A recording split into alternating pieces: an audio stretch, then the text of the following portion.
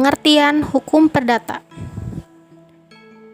Menurut Subekti, hukum perdata dalam arti luas meliputi semua hukum privat material, yaitu segala hukum pokok yang mengatur kepentingan-kepentingan perseorangan. Sedangkan menurut Wirjono Projodikoro, hukum perdata adalah suatu rangkaian hukum antara orang-orang atau badan hukum satu sama lain tentang hak dan kewajiban. Sehingga dari pengertian-pengertian tersebut dapat ditarik kesimpulan bahwa hukum perdata itu adalah hukum yang mengatur hubungan hukum antara orang atau badan hukum yang satu dengan orang atau badan hukum yang lain di dalam masyarakat dengan menitik beratkan kepentingan perseorangan atau badan hukum tersebut. Hukum perdata material dan hukum perdata formil. Hukum perdata dilihat dari fungsinya ada dua macam, yaitu hukum perdata material, yang merupakan aturan-aturan hukum yang mengatur hak-hak dan kewajiban-kewajiban perdata, yaitu mengatur kepentingan-kepentingan perdata setiap subjek hukum. Yang kedua, hukum perdata formal, yaitu hukum yang mengatur bagaimana cara mempertahankan hukum perdata material. Hukum perdata formal biasa juga disebut sebagai hukum acara perdata. Sistem hukum perdata di Indonesia. Sistem hukum perdata di Indonesia bersifat pluralisme atau beraneka ragam. Keanekaragaman ini sudah berlangsung sejak zaman penjajahan Belanda. Hal ini disebabkan karena adanya pasal 163 IS.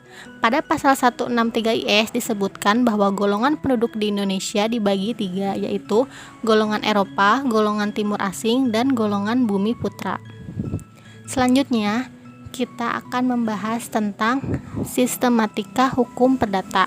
Sistematika hukum perdata itu ada dua. Yang pertama menurut ilmu hukum atau ilmu pengetahuan, yang terdiri dari hukum tentang orang, hukum tentang keluarga, hukum tentang benda, dan hukum waris. Yang kedua menurut undang-undang atau hukum perdata. Dibagi atas buku 1 tentang orang, buku 2 tentang benda, buku 3 tentang perikatan, dan buku 4 tentang pembuktian atau daluarsa. Selanjutnya, setelah kita membahas tentang hukum perdata secara umum, kita akan membahas sistematika hukum perdata tentang buku 1, yaitu mengenai hukum perorangan. Hukum perorangan di sini identik dengan person, manusia, dan subjek hukum. Lalu apa itu subjek hukum? Pengertian subjek hukum menurut para ahli. Subekti mengatakan bahwa subjek hukum adalah pembawa hak atau subjek di dalam hukum, yaitu orang. Sedangkan menurut Mertokusumo mengatakan bahwa subjek hukum adalah segala sesuatu yang dapat memperoleh hak dan kewajiban dari hukum. Sedangkan Syahran mengatakan subjek hukum adalah pendukung hak dan kewajiban. Dari pendapat para ahli tersebut dapat disimpulkan bahwa subjek hukum itu adalah segala sesuatu yang dapat menjadi pendukung hak dan kewajiban. Segala sesuatu di sini menunjukkan pada manusia dan badan hukum. Contoh badan hukum bisa sebagai subjek hukum, yaitu contohnya pada bank dan nasabah, di mana bank berperan sebagai badan hukum dan nasabah sebagai subjek. Keduanya disebut sebagai subjek hukum karena keduanya mempunyai hak dan kewajiban pada masing-masing pihak. Setelah kita membahas tentang pengertian subjek hukum, selanjutnya kita membahas tentang manusia sebagai subjek hukum. Lalu, kapan mulai dan berakhirnya seseorang sebagai subjek hukum?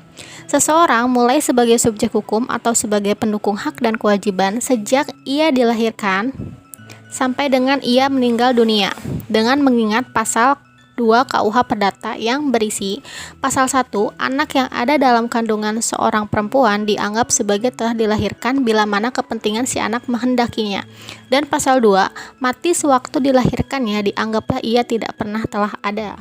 Sehingga pembuat undang-undang menetapkan bahwa anak yang ada dalam kandungan seorang wanita adalah subjek hukum apabila kepentingan si anak itu menghendakinya atau memerlukannya. Hal ini demi adanya keadilan di samping kepastian hukum. Selain manusia, badan hukum juga termasuk sebagai subjek hukum. Badan hukum menurut pendapat para sarjana ialah kumpulan dari orang-orang yang bersama-sama mendirikan suatu badan atau perhimpunan dan kumpulan harta kekayaan yang ditersendirikan untuk tujuan tertentu. Jika dilihat dari pendapat tersebut, badan hukum dapat dikategorikan sebagai subjek hukum sama dengan manusia disebabkan karena: pertama, badan hukum itu mempunyai kekayaan sendiri. Kedua, sebagai pendukung hak dan kewajiban. Ketiga, dapat menggugat dan digugat di muka pengadilan. Dan yang terakhir, ikut serta dalam lalu lintas hukum. Suatu badan atau perkumpulan atau badan usaha dapat berstatus badan hukum harus memenuhi syarat-syarat material maupun syarat formal. Syarat materialnya yaitu harus adanya kekayaan yang terpisah, mempunyai tujuan tertentu, mempunyai kepentingan tersendiri, dan adanya organisasi yang teratur. Sedangkan syarat formalnya harus memenuhi syarat yang ada hubungannya dengan permohonan untuk mendapatkan status sebagai badan hukum, sebagaimana yang diatur dalam Kitab Undang-Undang Hukum Dagang. Berdasarkan pasal 1653 KUH Perdata, badan hukum dibedakan menjadi: pertama, badan hukum yang didirikan oleh pemerintah. Contohnya seperti bank-bank pemerintah, provinsi maupun kabupaten. Yang kedua, badan hukum yang diakui pemerintah. Contohnya seperti gereja, perseroan, perusahaan, dan sebagainya.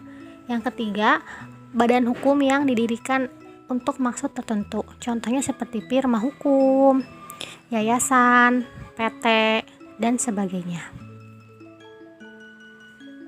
Firma hukum.